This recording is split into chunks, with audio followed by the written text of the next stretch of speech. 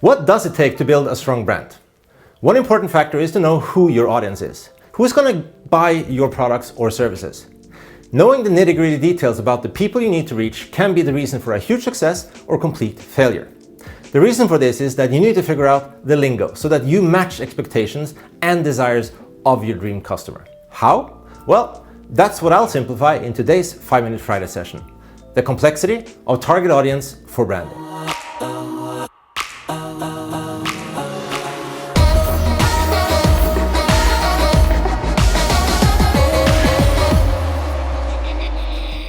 What's up everybody? Arnt Eriksen here with yet another 5-Minute Friday.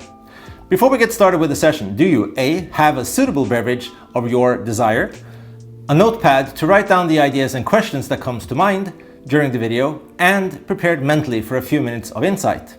Fantastic. Also, please share your thoughts regarding today's topic. Share them in the comments below or reach out to me on Twitter or Instagram. It's @ArntEriksen everywhere. Okay, let's go. As I said in the previous session, the brand master Marty Neumeier states that a brand is a person's gut feeling about a product, service, or organization. This means in all simplicity that you can't build a brand or have a brand without people. So without a person's gut feeling about your product, service, or organization, you have a shell, an idea. That's it. At a basic level, your target audience is comprised of 3 groups of people or businesses. The ones that directly need or want your product, those who influence the people who needs your product, and your supporters or brand ambassadors. In other words, the people who pay you directly, the people who gets others to pay you, and your support team. Let me explain. So how do you make this happen? To put it simple, I mean really simple, it's about needs and wants. Find the audience that really wants your product, depending of course on quite a few factors. Price and profit being a really good one. So depending on the price point of your product or service dictates if your audience will need your product, meaning is it considered a commodity or something they truly deeply want. Then it's a question that it's a premium, which would make it easier to get better paid. Now that says something as well about that type of audience, which is important to consider.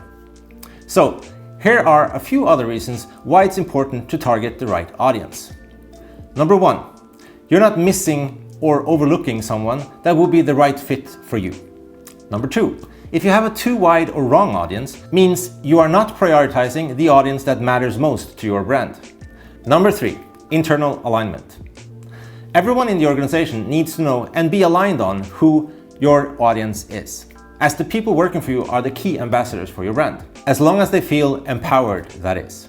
Number 4, even worse, having the right target but the wrong analysis about them means that you have the right group of people but your offering to their needs and wants will be off, which in the end will create a dissonance. So what to do? You have to remember that your brand, product or services is not for everyone. So the more specific you can be in defining your audience, the better. Do a thorough job, preferably one-on-one, drilling into the demographics, geographics, psychographics, and yes, their specific wants and needs, so that you create that emotional feeling they will have in their gut when they experience your brand. Attract. People tend to do business with companies they are familiar with.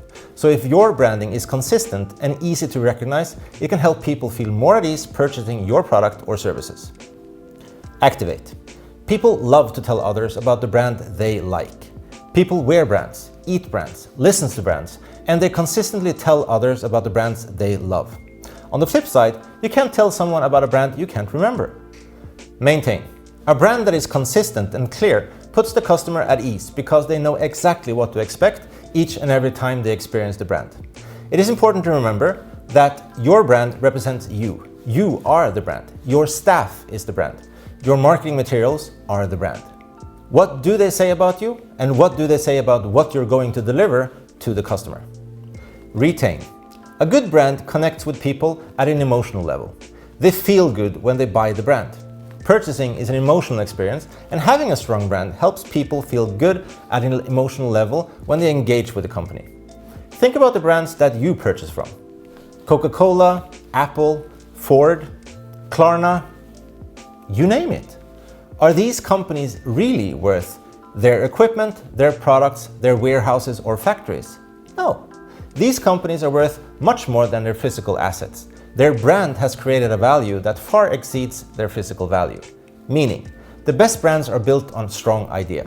An idea that you and your staff can hold on to, can commit to, and can deliver upon to the right audience, which will make your company become successful.